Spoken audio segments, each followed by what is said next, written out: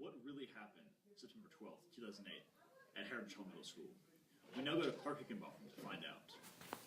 When people think of St. Louis, they typically think of the gateway to the western half of the United States. They think of a traditional, loving, and safe community and town, which is why the tragedy at Heritage Hall Middle School comes as such a great shock to us all. The sexual assault of a special needs student is no laughing matter, especially when it happens twice by the same perpetrator while the school tries to cover it up. I'm here on scene at the Heritage Hall Middle School, where a frightening sexual assault of a special needs student occurred just a few days ago.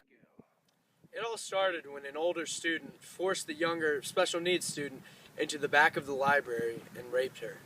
Let's go there now. This is apparently the second time that it's happened to the young student. The first time wasn't reported illegally because the school felt that it didn't have any validity to the statement.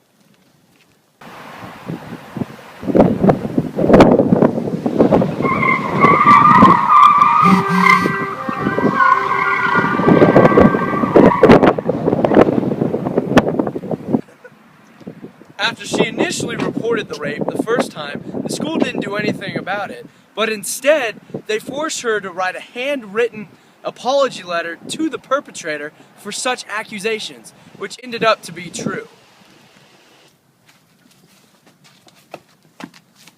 The law states that the school must make a claim immediately after any such rape is reported.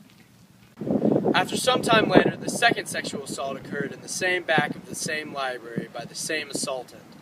Not only did she have to write another apology letter, but she also got suspended from the school for disorderly conduct and public displays of affection. We're now outside the actual library where the crime took place. Let's go inside to meet Dr. So-and-so, an expert witness, and hear about his opinion on some of the evidence found. We're now inside the library where the actual sexual assault took place. I'm here with Dr. So-and-so. Say hello, Doctor. Hello, Clark. Now, what piece of evidence do you think was the most important in solving this case? Well, all evidence is important in solving a case, but one of the most interesting pieces of evidence, or I should say lack of evidence, was the broken glass. This is a diagram of the library where the sexual assault occurred.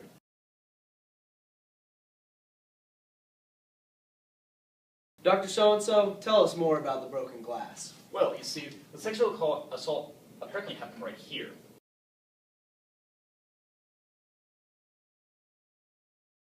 And this is where some broken glass was found. But after comparing the density and the refractive index of the glass, and also analyzing the radial and concentric fractures, we can conclude that the glass was not broken from the inside, but the outside. It was later found out that the broken glass came from a window broken by a foursquare ball. Who knew a foursquare ball could do so much damage? After the second sexual assault occurred and the victim again stated her claim to the school, they ended up reporting it to the police and forensics expert.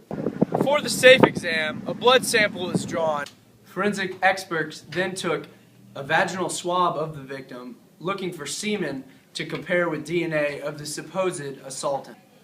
One of the most important parts of the job for a forensic scientist is the correct collection and assortment of evidence. After DNA was extracted from the semen collected in the safe exam, it was compared with the DNA of the perpetrator, and it was found underneath a comparison microscope that the two DNA were identical. A comparison microscope puts two things next to each other under high magnification so that you compare the two things side by side while looking into only one eyepiece. Two other types of microscope are the polarizing microscope and the compound microscope. As a reporter, one of my first questions was whether or not drugs and alcohol was suspected in the case. After she had not only breath tests for her alcohol, but also blood tests for drugs in her system, they both came back negative.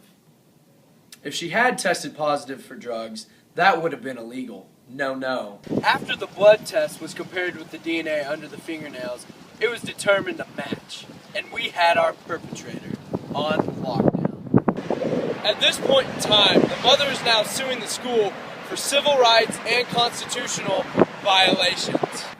The special needs student was sexually assaulted twice, but now the perpetrator is behind bars at the Juvenile Detention Center.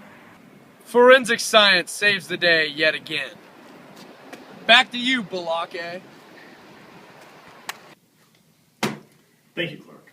And for the last time, my name's Blake.